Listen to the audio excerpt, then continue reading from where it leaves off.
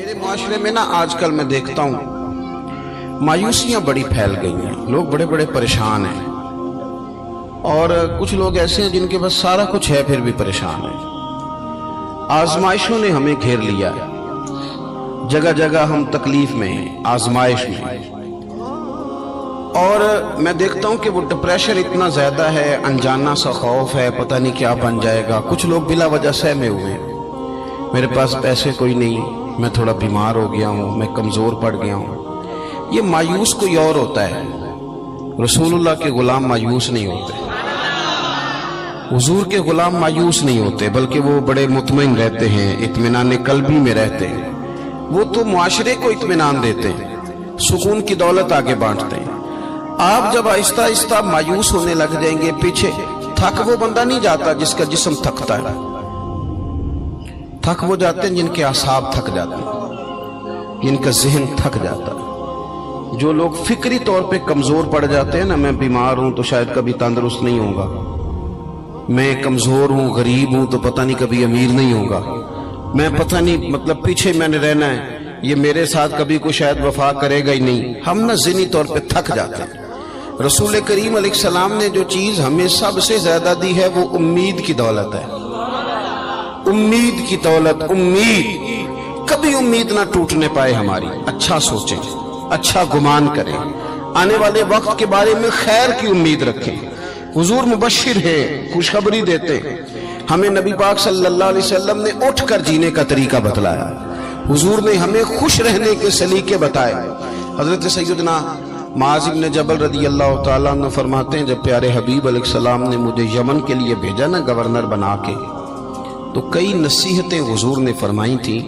ایک نصیحت حضور نے یہ فرمائی تھی کہ معاذ، لوگوں کو نا نفرت نہ دلانا، انہیں خوشخبریاں دینا، انہیں خوشخبری۔ ہم نے ایک دوسرے کو مایوس کرتے، او جی چھاڑو ہے، تم کتے جا، سارا کھیڑ پیسے دی، تیرے کو پیسے کوئی نہیں، تیرا کچھ بھی نہیں بن سکتا۔ ہم ایک دوسرے کو کہہ رہے ہوتے ہیں سارا پنڈ مار جائے، ماڑے دا بچہ چودھری نہیں ہو سکتا۔ تو یہ آپ کمزور باتیں خود بھی کرتے ہیں، لوگوں کا دل بھی آپ توڑتے ہیں۔ آپ لوگوں کو امید دلائیں، ان کو آگے بڑھنے کا شوق دیں۔ بہت گناہگار آدمی، بہت، میرا مالک جب چاہے، جس کو چاہے، جس وقت چاہے اور جس وقت وہ چاہے، کسی لتھڑے ہوئے کو اٹھائے، توبہ کی توفیق بھی دے اور اپنا قرب خاص بھی عطا فرمائے۔ حضرت ابو درداء رضی اللہ تعالیٰ عنہ فرماتے ہیں، میں حضور کی بارگاہ عالی مرتبت میں حاضر تھا، تو نبی پاک صلی اللہ علیہ وسلم نے ہمیں آیت پڑھ کے سنائی، وَلِمَنْ خَافَ مَقَامَ رَبِّهِ جَنَّتَانِ، جو اللہ کے سامنے کھڑے ہونے سے ڈرے گا، رب اسے 2 جنتیں عطا کرے گا۔ تو حضرت ابو درداء رضی اللہ تعالیٰ عنہ عرض کرتے ہیں، حضور وہ بندہ چور ہو، زانی ہو، اور اس نے بڑے بڑے گناہ کیے ہو معاذ اللہ، پھر بھی ڈر جائے تو اللہ 2 جنتیں دے گا، بہت بڑا مجرم ہے۔ یہ کچھ لوگ میری طرح کے ہوتے ہیں نا نیک، وہ کہتے ہیں جنت میں میں نے جانا ہے، کسی اور کو نہیں جانے دینا، وہ بھی طے کر لیتے ہیں، کہتے ہیں سوال ہی نہیں پیدا ہوتا، یہ تو میرا ذمہ ہے۔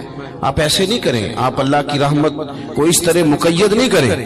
اور ہمارے کئی دفعہ میں نے دیکھا ہے کہ یہ نیک لوگ کسی کے بارے میں بات کر رہے ہوتے ہیں تو اصلاح کی نہیں، مجھے لگتا ہے کہ جیسے بڑا حقیر سمجھ کے کسی کو تبلیغ کی جا رہی، یہ انداز درست نہیں ہے۔ کیا پتہ کب اللہ تعالیٰ کسی کو کون سا درجہ عطا کر دے اور کہاں اس شخص کو لے جایا جائے۔ تو حضرت ابو درداء رضی اللہ تعالیٰ عنہ نے ہماری یہ مشکل حل کر دی۔ کہتے ہیں کہ میں نے عرض کی، حضور اگرچہ وہ چور ہو، زانی ہو، نالائق ہو، گناہگار ہو، پھر بھی ڈر جائے تو اللہ 2 جنتیں دے گا؟ تو حضور نے فرمایا، ہاں اگر صحیح معنی میں ڈر گیا تو رب 2 جنتیں عطا کرے گا۔ کہتے میں نے دوسری دفعہ عرض کی، حضور چور ہو، بڑا مجرم ہو، پھر بھی ڈر جائے تو 2 جنتیں؟ حضور نے فرمایا ڈر جائے صحیح، جنتیں 2 ہی ملیں گی۔ کہتے میں نے تیسری دفعہ کہا، حضور یعنی وہ جو مایوسی ہے گناہگار آدمی کو کہ میں شاید آگے جا ہی نہیں سکتا، شاید اب بات آگے بڑھ ہی نہیں سکتی۔ حضرت ابو درداء کہتے ہیں تیسری دفعہ عرض کی، حضور اگر بڑا ظالم ہو، ڈر جائے، پھر بھی 2 جنتیں؟ تو کہتے ہیں حضور نے فرمایا اگرچہ ابو درداء کی ناک خاک آلود بھی ہو جائے نا، یعنی تو زمین پہ بھی اپنی ناک رگڑے، تو پھر بھی جو بندہ صحیح معنوں میں ڈرے گا اسے مایوس نہیں ہونا چاہیے، رب اسے 2 جنتیں عطا کرے گا۔